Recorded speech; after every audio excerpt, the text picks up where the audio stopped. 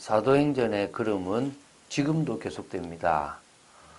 사도행전은 초대교회 당시 예수님께서 승천하시고 난 이후부터 성령이 초대교회에 임하면서부터 시작돼서 아직도 끝나지 않습니다. 28장까지 바울이 로마 복음화를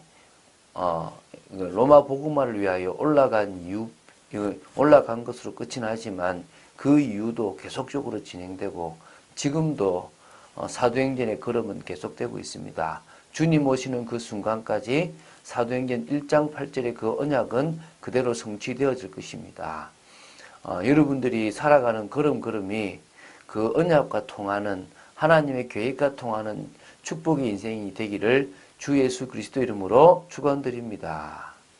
자, 지금 사도행전 5장을 보고 있습니다. 분명한 것이 뭐냐면 아나니아 삽비라 사건을 통하여 교회가 건의가 세워지고 사도들에게 표적과 기사가 일어납니다. 그렇지만 그것을 통하여 사람들은 몰려들죠. 당연하게. 뭐 때문에 몰려들겠습니까? 병 낫기를 원하고 귀신 쫓겨나기를 원하는 겁니다. 한국 교회도 그런 사람들이 참 많이 몰려왔습니다. 그러나 중요한 것은 우리가 그리스도를 증거하고 복음의 비밀을 심고 계속 복음화의 축복을 누려나가는 것인데 그것이 놓쳐지면 또 다른 문제가 옵니다. 오늘 사도행전 5장 17절부터 26절까지가 바로 그런 문제들이 나오게 되는 것입니다. 그런 핍박이 다시 시작되고 주님은 그들에게 또 복음 전하도록 유도하시고 그러는 가운데서 진행되는 많은 일들이 있습니다. 아무것도 두려워할 필요가 없습니다. 하나님 외에 두려워할 존재가 없습니다. 그리고 우리는 우리의 길을 가면 됩니다. 하나님이 원하시는 우리의 길은 우리가 있는 현장에서 구원의 축복을 누리고 구원의 감격 속에서 늘 전도자의 축복된 인생을 살아가는 겁니다. 오늘도 은혜 속으로 들어가서 가장 귀한 가치가 진정한 가치가 되는 여러분 되시기를 바랍니다.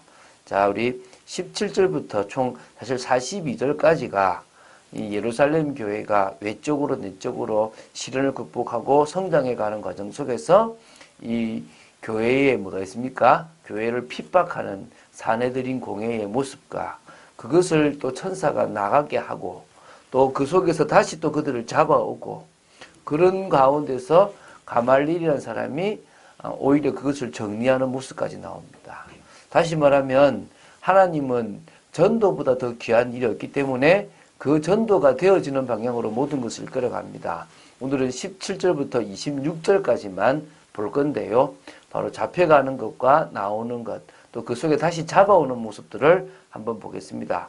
17절, 18절 제가 읽겠습니다. 대제사장들과 그와 함께 있는 사람, 즉 사두개인의 당파가 다 마음의 시기가 가득하여 일어나서 사도들을 잡아다가 옥에 가두었더니 복음을 전하는 것이 그들에게 시기가 된 것이 아니라 많은 사람들이 자신들이 아닌 저 초대교회 사도들에게 더 관심을 가지고 그들을 하나님의 사람으로 인정하는 부분들에 대해서 뭐가 나온 겁니까? 시기가 막 일어나는 겁니다. 우리가 하나님의 사람으로서 인정받아야 되는데 왜 저들이 받냐?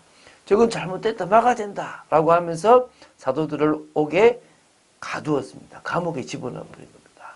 못하도록 막아버린 거죠. 핍박을 하면 못할 줄 안 거죠. 자, 그런데요. 참 희한한 일이 벌어졌습니다. 주의 사자가 밤에 옥문을 열고 끌어내어 이르되 가서 성전에 서서 이 생명의 말씀을 다 백성에게 말하라 하며 나옵니다. 근데 중요한 것은요. 옥을 지키는 사람들은요. 든든히 최선을 다해서 옥을 지키고 있습니다. 저 사도들이 지금 나갔는지도 지금 모르고 있다니까요. 그런데 천사가 사도들을 끄집어내서 그 지키는 사람도 모르는 가운데 끄집어내서 성전에 가서 말하라는 겁니다. 성전에 서서 이 생명의 말씀을 다 백성에게 말하라. 앞에서는 뭡니까? 병 고치고 있죠. 물론 그것으로도 복음을 증거했겠죠. 그러나 그들의 관심은 다 어디에 있습니까? 딴 데가 있죠.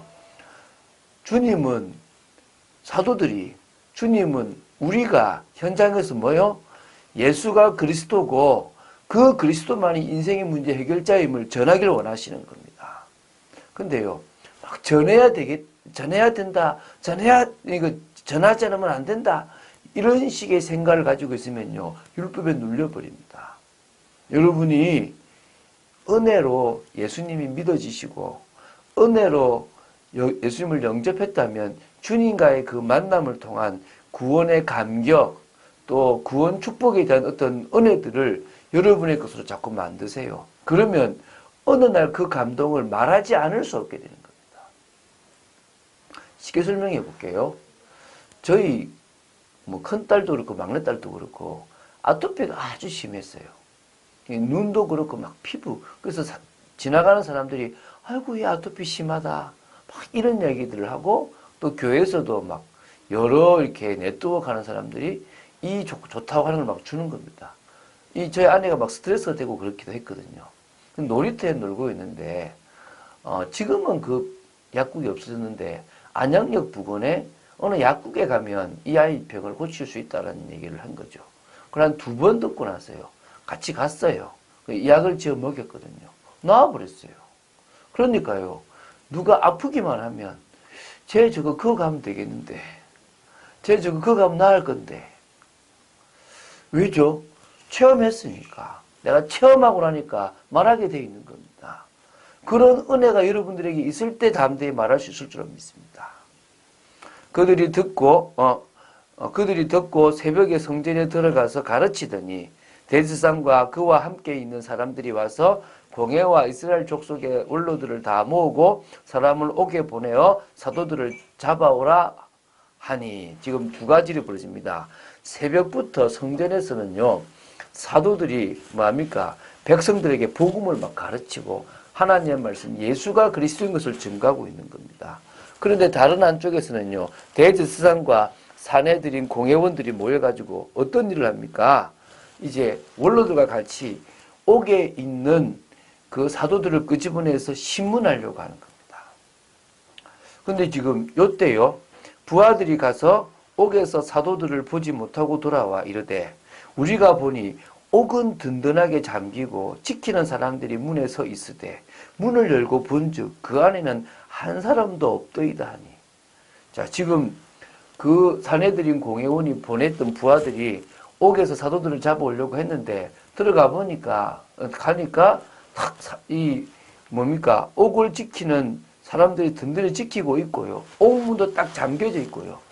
그 바깥에 안에 들어갔을 때 바깥으로 통하는 어떤 비밀 통로도 없는데 그 안에는 사람이 한 명도 없는 겁니다. 어떻게 이럴 수가 있냐? 너도 지킨 거 맞냐? 어떻게 됐냐라고 물었는데 자기들도 열심히 지키기만 지켰지 안에 당연히 있을 거라고 생각했을 거다.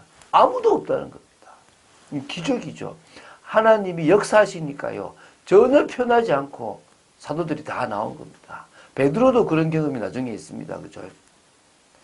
성전 맡은 자와 제사장들이 이 말을 듣고 의혹하여 이 일이 어찌 될까 하더니 사람이 와서 알리되 보소서 옥에 가두었던 사람들이 성전에 서서 백성을 가르치더이다 하니 성전 맡은 자가 부하들과 같이 가서 그들을 잡아왔으나 강제로 못하면 백성들이 돌로 칠까 두려워함이더라.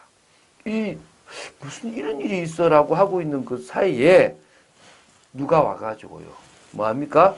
지금 사도들이 성전에 서서 백성들을 가르치고 있다라는 보고를 하는 겁니다. 그러니까 뭡니까? 그런 일이 잡아와라고 하는데요. 과거처럼 처음 그들을 잡아올 때처럼 강제로 못하는 겁니다. 왜? 지금 사람들이 몰려서 그 말을 듣는데요. 믿음이 생기가 있으니까 지금 제사장들을 돌로 치려고 하는 모습들이 보인 겁니다. 제사장들과 사내에 들인 공회 사람들은요. 하나님이 두려운 게 아닙니다. 반란을 일으킬 사람이 두려운 겁니다. 하나님은요. 이 사내에 들인 공회를 통해서 핍박을 허락하시는 겁니다. 왜죠? 더 교회가 온전히 복음 전하는 겁니다. 근데 사실 이 역할이 제대로 저 땅끝까지 가지 않으니까 하나님은 나중에는 스데반을 통해서 그런 일들을 일으키거든요. 자, 지금 계속적으로 우리가 이 말씀을 보면서요. 하나님은 단 하나입니다. 핍박 속에서도 계속 복음 전하게 합니다. 오히려 그 핍박자 가운데서도 복음 전하는 전도자들을 보호하는 사람을 세워놓기도 합니다. 두려워하지 마세요. 그들의 입을 막고 그들이 못하도록 모든 걸 할 테니까요. 우리는 단지 마음 됩니까? 우리 현장에 있는 여리고가 있다면요, 주님이 꺾으실 줄로 믿고 말씀 따라가 보시면 됩니다. 언제까지요? 끝까지 제대로 하나님의 말씀으로 내가 바뀔 만큼 말씀 따라가 보시기 바랍니다. 그리고 마음 됩니까? 하나님이 알려주시는 방법대로 가보세요. 그리고 모든 영광을 함께 돌려보세요. 그러면요, 우리는 어떻게 되냐? 정말 아무도 없는 것처럼 보이지만 살아남는 자로, 현장에서 하나님의 역사를 보일 자로 세워지게 되어 있는 겁니다. 하나님의 역사를 일으키게 되어 있다는 겁니다. 자, 부탁드립니다. 한 번뿐인 인생이고요, 하나님이 살아계시고 있습니다.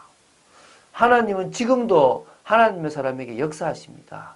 여러분이 다 내팽개치고 전도하러 가라는 게 아닙니다. 뭐 하라고요? 가장 우선순위를요, 은혜 받는 영적 최고의 자리에 가보십시오. 그러면 그 다음 일은요, 하나님이 은혜를 주시고 담대함 속에서요, 풀어져 갈 겁니다. 주님과의 깊은 교제의 시간이 되시기를 주 예수 그리스도 이름으로 축원드립니다. 주는 그리스도시요 살아계신 하나님의 아들이심을 고백합니다. 끝까지 말씀 따라가는 축복 속에 있기를 간절히 소원합니다. 역사하여 주시옵소서.